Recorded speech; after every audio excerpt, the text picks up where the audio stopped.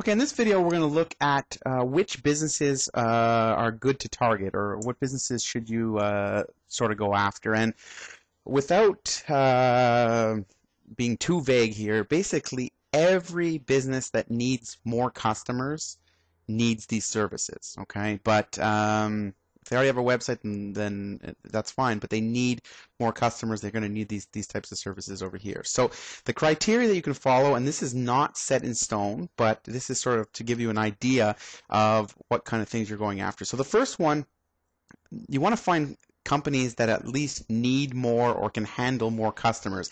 It doesn't happen often. I've run to a few times where I've talked to someone, they're like, well, I just can't actually handle any more business right now. They're just not set up to expand and so on. And you might run into that. It's very rare, but before wasting your time, you want to make sure that they can actually handle or need more customers right there. Otherwise, then there's no real point in talking to them about these services here.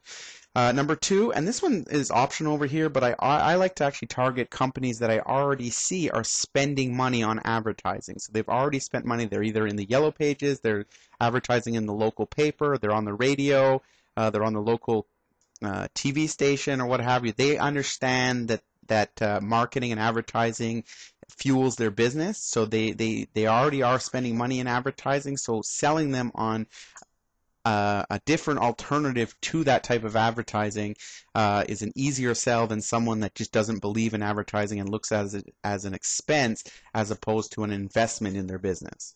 Okay, and then number three, I've got medium to high customer lifetime value, and really what I want to explain here is you would like to look for companies that have, when they make a sale or they offer a service and get a client, that they have a medium to a high ticket price for those customers. I'll give you an example. If you go to a local barbershop and he's charging $15 for a haircut, well, if you go to him and talk to him about spending $500 up front and then a couple $100 a month in the back end, he looks at it as an expense and goes, well, I got to cut I got to do X amount of haircuts for free to get that, as opposed to if you contact a lawyer or on a higher end like that, where each new customer to them is worth several $1,000s, it's a little bit easier for them to justify putting out a few $100s a month in exchange for hopefully a few new clients at several $1,000s a month there. So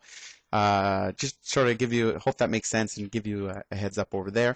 And the fourth criteria that I like to go after is that it has at least 50 local searches. At least 50 people are searching for this particular type of business in your city. So you would type in, we use the Google keyword tool for this, and I'm going to show you that in a second. It's a free tool.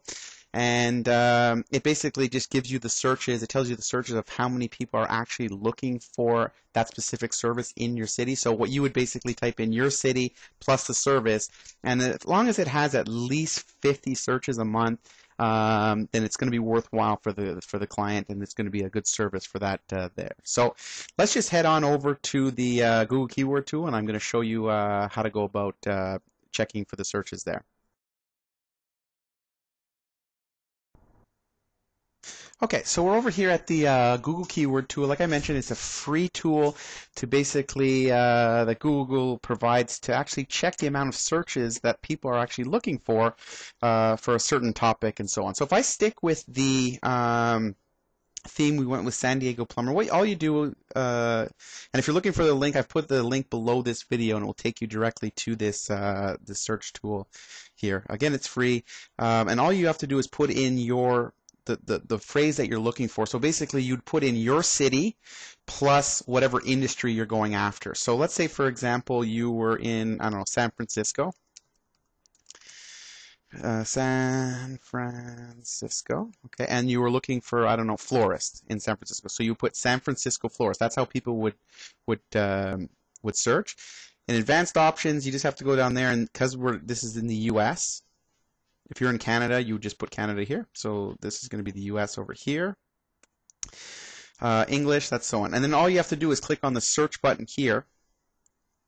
So I'm going to put in San Francisco florist. So would these be and then you give it a second over here, and then if we actually scroll down, it gives you the results for that particular word, San Francisco florist, and it tells you that it's getting 14,000 searches a month. So 14,000 people, almost 15,000 people are searching for this particular term each and every month. So, I mean, right now, if we go back to what I was talking about, you're looking for stuff that actually has more than 50 searches. This has 14,000. It's way above the criteria, and this would be a good one to target. So in your city, may not be as large as, let's say, San Francisco, but you're going to check it locally in your particular city for whatever industry you want to target, and hopefully you can get at least over 50 there, because that way it's a lot easier to say you go to the customer after, and we'll get into that with the sales pitch, that there are at least 50 or 100 people looking for you each month, and you're not there. It makes it very, very easy. But we'll get into that more